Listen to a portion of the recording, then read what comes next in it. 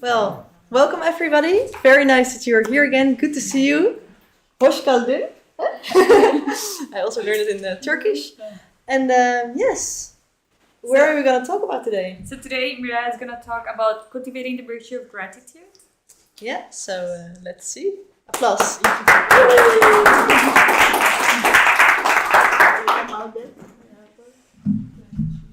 So good evening, everyone. My name is Mireille Jansen. I'm Dutch, and I will give the teaching tonight to you about cultivate the virtue of gratitude. And first, I want to welcome all the online participants, but because they are a lot also. Welcome. And if you don't know where you can find the workbook, normally it's in the description of the video. And if you can find it, you can watch the other videos from last week. It will be the link where you can find the workbook. And that's important because you can read along with my teaching and fill in the words that are empty. So that's also for you. If you have the workbook, we're going to start at step 2. So it's on page 7. And you have to pay attention because you have to fill in the empty, the blank spots. So, also, just before starting, if you didn't register yet, please register. We have a QR code, so you can register right away if you didn't register yet, because if you register, we can give you all the information beforehand. If there's something changing or something, we will let you know. So please fill in the registration form if you didn't do it yet. So I'll first present myself again. So Mireille, I'm 30 years old and I'm working as a doctor in the hospital in internal medicine. And I'm also on the way to become a consecrated sister in the Emmanuel community. So to become consecrated, but to live in the world with a job in the Emmanuel community, which is a community of all states of life. And I'm very happy to live here in Amsterdam. I actually live just in this building. So I'm really happy. And I'm really happy to receive you all here for the gratitude track. So we can learn how to cultivate the virtue of gratitude. So on the top of page 7, you see the Bible verse from the letter to the Philippians. And it's called, "Have no anxiety about anything, but in everything, give praise and supplication with thanksgiving. Let your requests be known to God."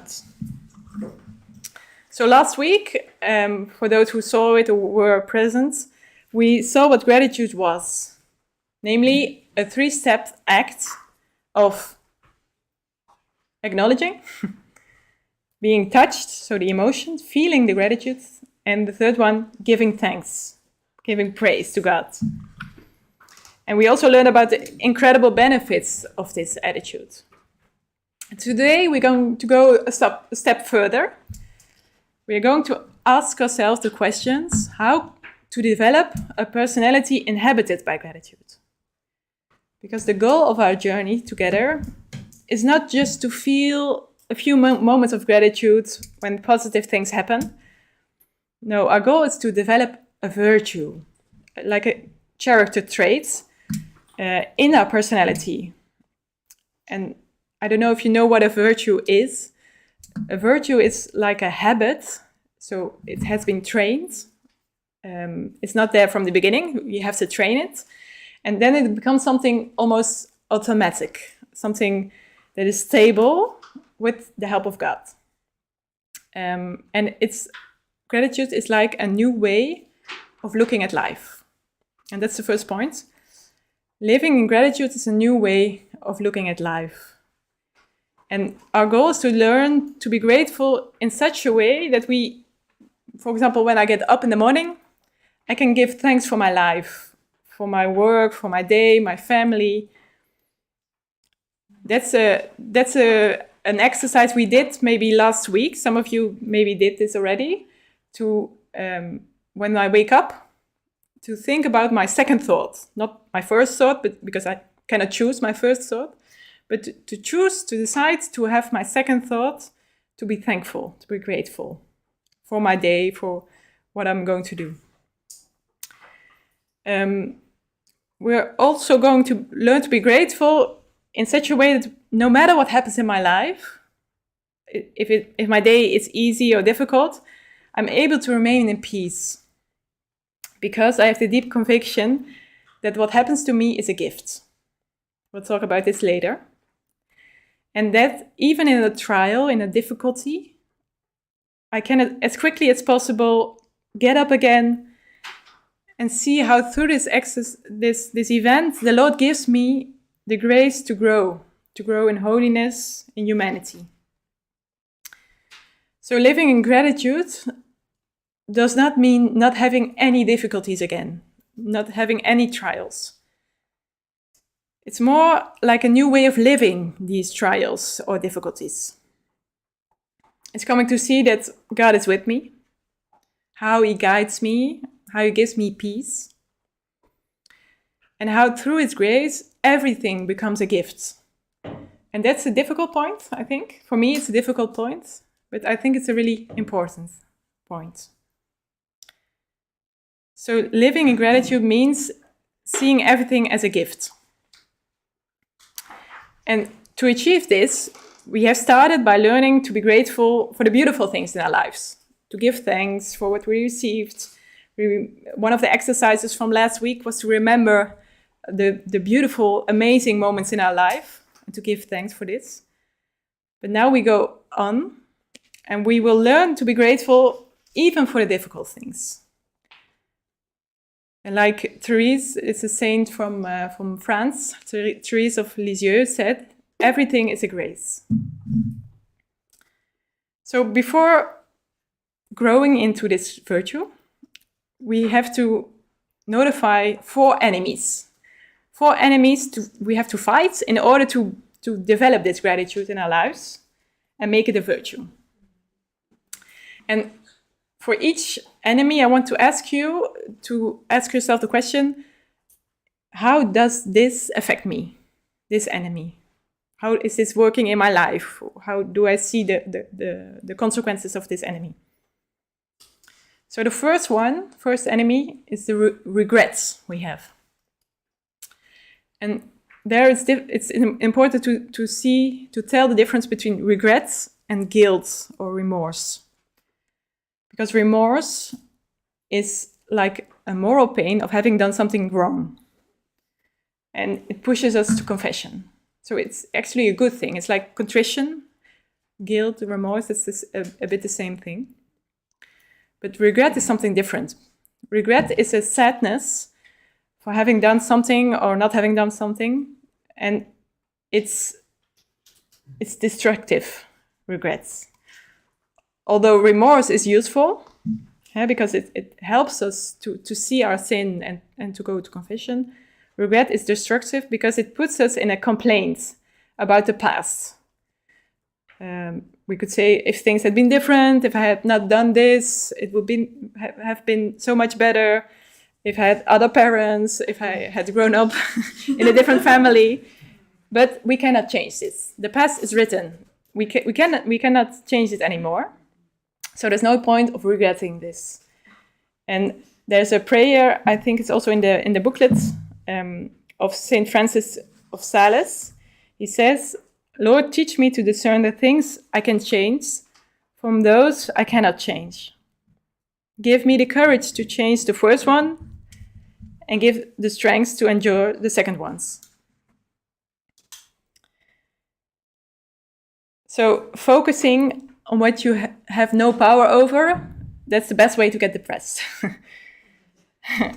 Because it creates some helplessness. We cannot change it, but we are victims.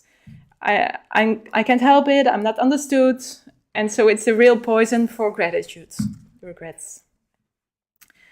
So a question I'm going to ask you, are there any regrets that keep coming back in your life? You can think of this for a moment. We'll get back to the questions after the teaching. So the second enemy, the fears I have. In our heart there can be many fears. Fears of not being loved, fear of failing, fear of the judgment of others, of not being able to do something, the fear of being abandoned, the fear of dying, fear of change, the fear of losing what I have, the fear of missing out, the well-known FOMO. And these fears are really powerful. Powerful to paralyze us. And especially because they are not real, but imaginary. I think the devil is there to present us with all kinds of such situations that can scare us. But most of them will never come true. And if we have to face them, God will give us the grace to overcome them. So most of them are future fears, fears for the future. And well, God is giving his grace in the present moments, not in the past, which we saw with regrets, not in the future, which we see with fears. No, God is in the present moments. And we see this also in the Bible. Did you know that in the Bible it's written exactly 365 times, do not fear. Do not fear. So for every day of the year, God is saying to us, do not fear. So the question with this enemy is, what fears, in plural, dwell in my heart? What is keeping me anxious? What is keeping me in this fear of the future? So the third enemy, the worries of life. Life's worries are problematic because they become so pervasive that we end up being entirely preoccupied by this. I don't know if you can imagine this. When you worry about something, it can be the only thing you think about the whole time. And there's a great principle that says, what you focus on grows. And I don't know, maybe do we have sometimes a feeling that all bad things happen on the same time? Yeah? In the same day, the same moment, when you're thinking, I'm not able to bear anymore, and then there's something else coming up. Last week, I had a day like this. I was very tired, and I had to take over a weekend shift from a colleague that was ill. I was stressed about the deadline. And then the train was not going, and my bicycle had a problem. So everything came together. And then I thought, but why God, is this all happening at the same time? But then I remembered the gratitude track. And I thought, is it really so? Or is it just that I'm now focused on all the negative things that are happening, even if they are small? Because my bicycle, after a few, it worked again. And so I tried to focus not on all these negative things in this day, but on the positive things, the really small positive things. So I looked at the weather, which was beautiful. The sun was shining. I heard the birds singing, which I didn't hear before. I looked at people passing by, which were smiling, and it helped me to get my focus on the positive things and not the negative things.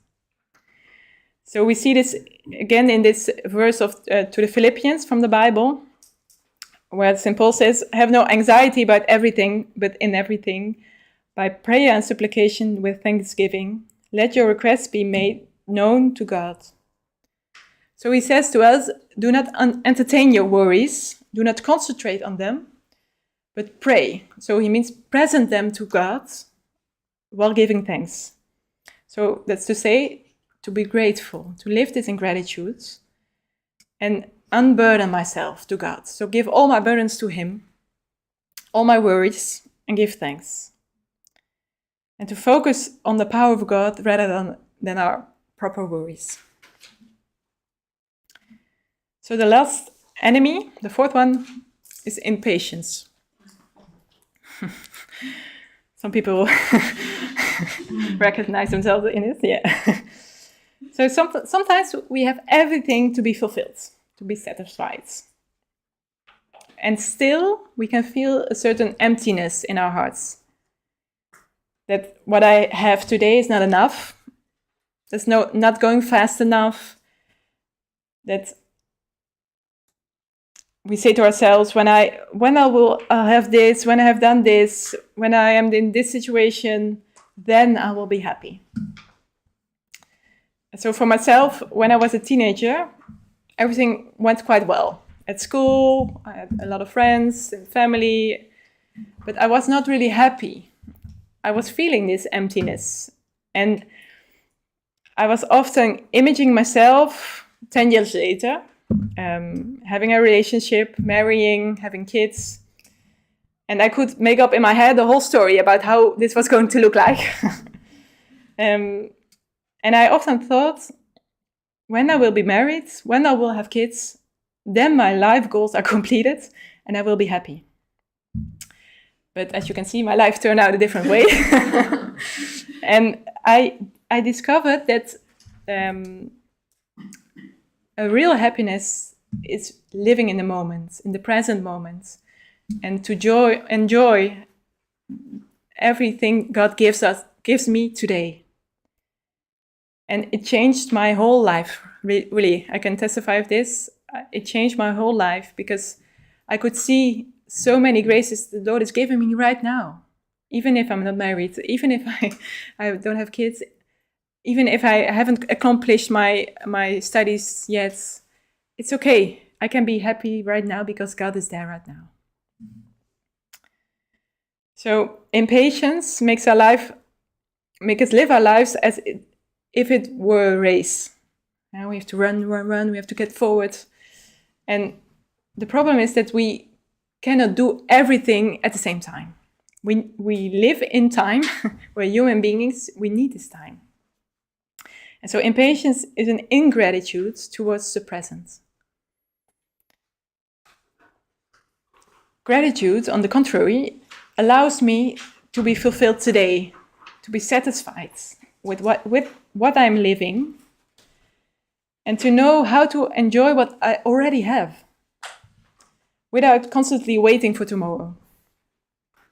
It doesn't mean I don't have goals for tomorrow, for the future, because it's important.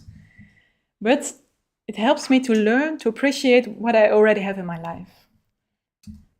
So, as you see in the verse in the below in the page 8, for everything there's a season and a time for every matter under heaven. So there's a time for everything. And the question for this enemy is, what is it that most often lives in me eternally? What is my number one enemy in relation to gratitude? Is it regrets? Is it fears? Worries? Or impatience? So we're getting to the third and the last part of the teaching. How to install the virtue of gratitude in our lives. To develop this virtue of gratitude, the method is to perform small acts of gratitude over and over again. I said in the beginning, a virtue, gratitude is a virtue. A virtue means exercising. Do it over and over again so it can become a habit. And I will present you now 3 attitudes that will help us perform these small acts of gratitude. The first one is to look at the light and not at the darkness. As I told you before, when I had this bad day, first I looked only at the dark sides, at everything that went wrong.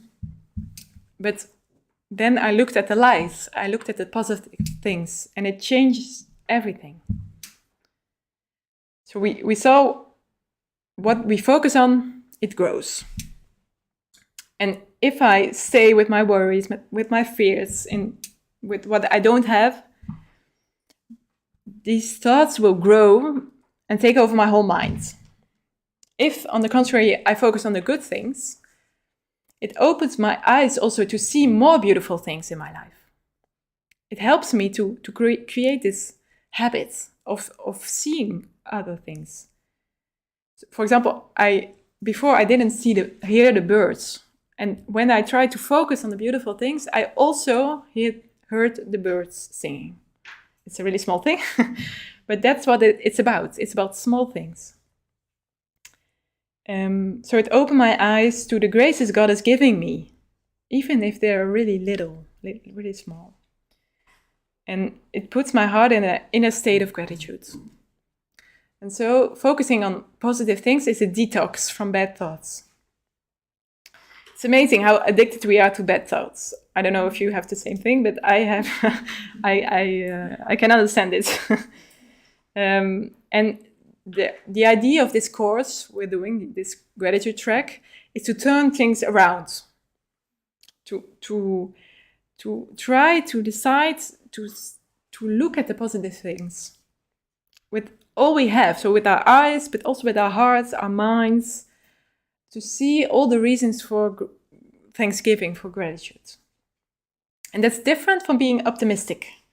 Because maybe you can think, yeah, some people are just optimistic and some are pessimistic, and that's okay. It's true. But this is not the same thing. Because it's about choosing. It's about deciding to what you focus on. And this is something everything can do. Everyone can do, sorry. So to focus on the grace of God rather than on our sins, on our victories rather than our defeats, on God's signs rather than my doubts or my fears.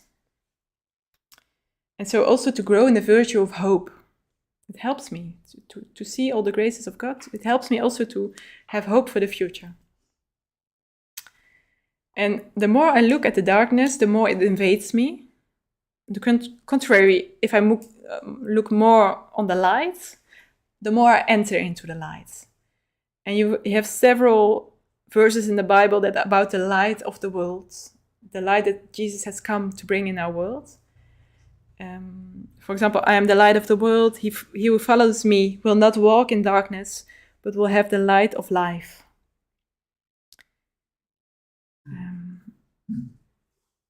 So the second tool you can try to help you, which can help you, is remembering God's works in my life. Remembering God's works in my life. It's incredible how easily we remember the difficult moments, everything that went wrong, and the sufferings, and not the beautiful things in our lives. We don't pay attention to them. Last week, we had an exercise that consisted in making a list of 15 exceptional moments in our life. I don't know if you were able to do this, but for me, it really helped me to see again what beautiful things happened in my life. And I had even more than 15. I could go on and on and on. And this week, we'll have another exercise. It's to write down all the blessings I have received from God in my life, and to give thanks to the Lord. And you could say that's rather the same exercise, but it's not quite the same thing, because last week we talked about the beautiful moments, situations in our life, and now we are going to give thanks for blessings. So it's not necessarily a moment. It can also be something. For example, I'm grateful for my parents. To go back to my parents again. or I am grateful for having the opportunity to study, or to have this work. Or, so not one moment, but something that I'm grateful for.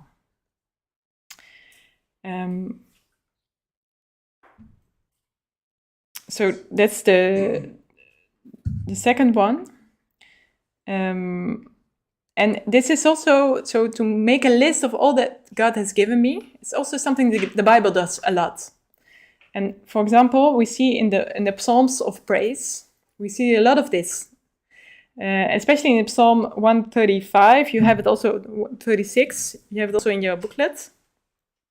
I don't know if you know this psalm, but it's a really long one, and it constantly, a bit annoying, it constantly repeats, how is it written here? His steadfast love endures forever. And every 2 verses is the same sentence. And his steadfast love endures forever.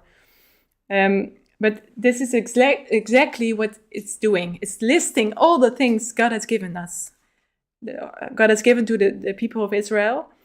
And repeating, and that's why his love endures forever.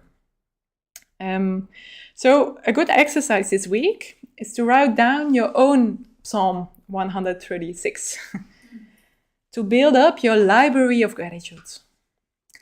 And you can put in there everything God has done for you, has given you, but also words that inspire you, songs that inspire you, videos. And the exercise is to remember and to write it down, to build up this library. And it will help us also, if we live a really difficult day, a difficult moment, to come back to this library of gratitude and to remember, oh yeah, that's true. God has given me so much. So the third tool, we're getting to the end of the teaching. Third tool is to embrace the moment.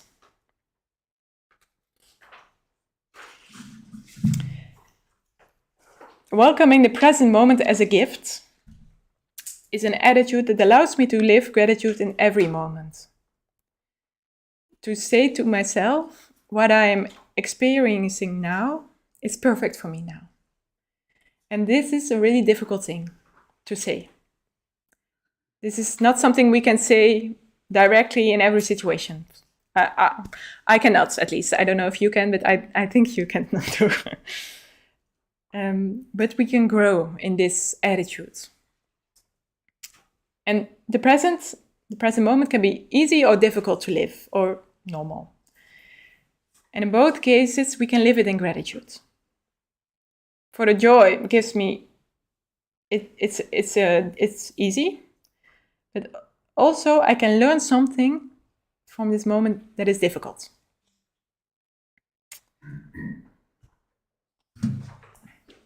There's a verse in the Bible, in the letter to the Hebrews. I see it's not in your booklet. Hebrews chapter 12. And it's written, my son, do not neglect the Lord's lessons. Do not be discouraged when he reproaches you. When the Lord loves someone, he gives him good lessons. He corrects all those whom he accepts as his sons. What you endure is a lesson. This verse means for us that everything that happens to us is allowed by God. It's not that he has wanted everything that happens to us or to other people, but he allows it. Both the easy and the difficult moments. And so the grace of God is given in the present, not in the past. The past is past, has passed, and nothing can be changed. It's not even the future. The future is not here yet. God's grace for the future will be given when I get there. God's grace is only for now, for this present moment. And that's what he invites me to live today. It is the place where God is present. God is outside of time, but he is present here with me, with us, in the present. And this is where His grace is given to me. So we will give thanks for all that we have received from God. And if I'm not a believer, if I don't believe in God, that's okay. You also can grow in this gift of gratitude. Then you can think of all that you're grateful for in life. I once I was with a friend who was not believing, and I was at dinner and with her mother, and her mother said to me, "Oh, stop, Mirai, do you want to pray for before eating?" And I was like, "It's okay, we can eat."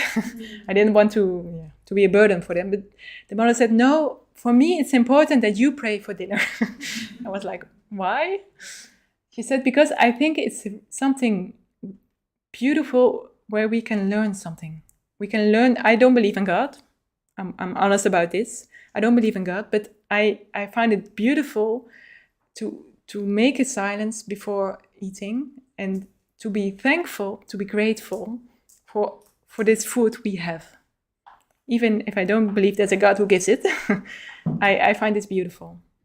So I think it's possible for everyone to be grateful and to practice this virtue of gratitude. So to be grateful for our birth, our life, just the fact that we're here, that we're living, that's something amazing if we think about it.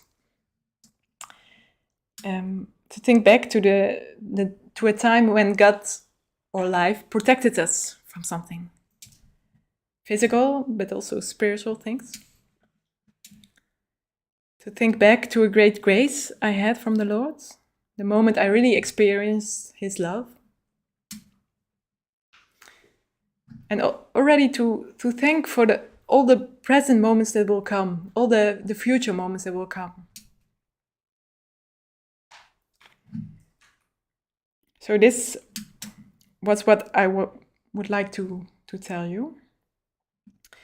And for now, I want to take 10 minutes. I will repeat the questions I asked you during the teaching. And I would like to invite you to stay in silence for 10 minutes and to think about these questions and try to answer them.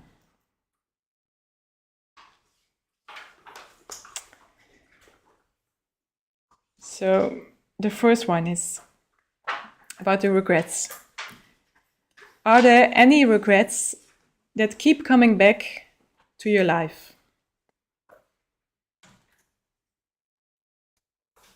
So I repeat, are there any regrets that keep coming back to your life?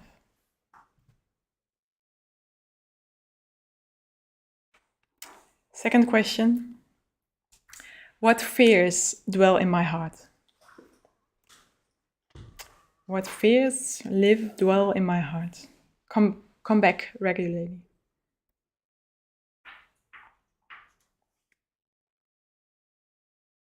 And last one, what is my number one enemy in relation to this gratitude?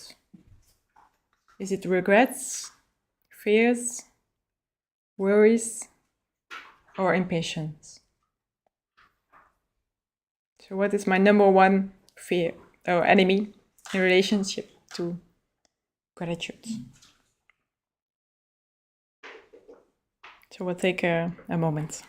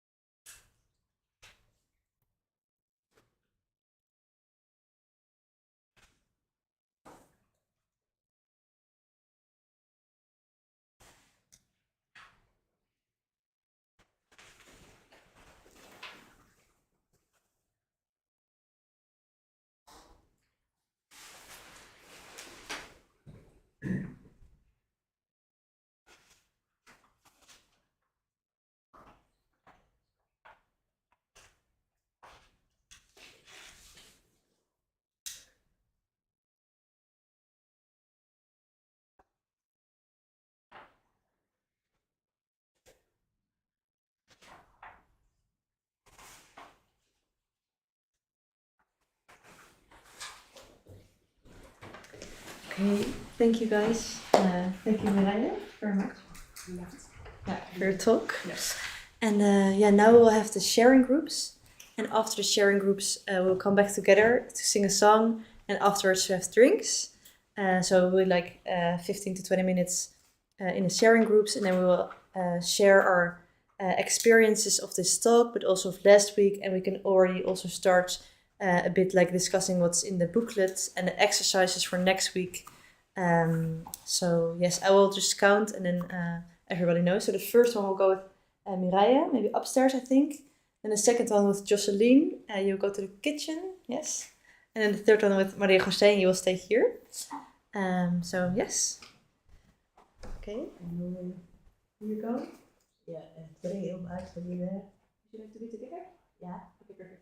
So then you're 1 and 1. One. Would you like Yeah. 1? Okay. And you're 2, 3. And you're 1 as well? Yeah.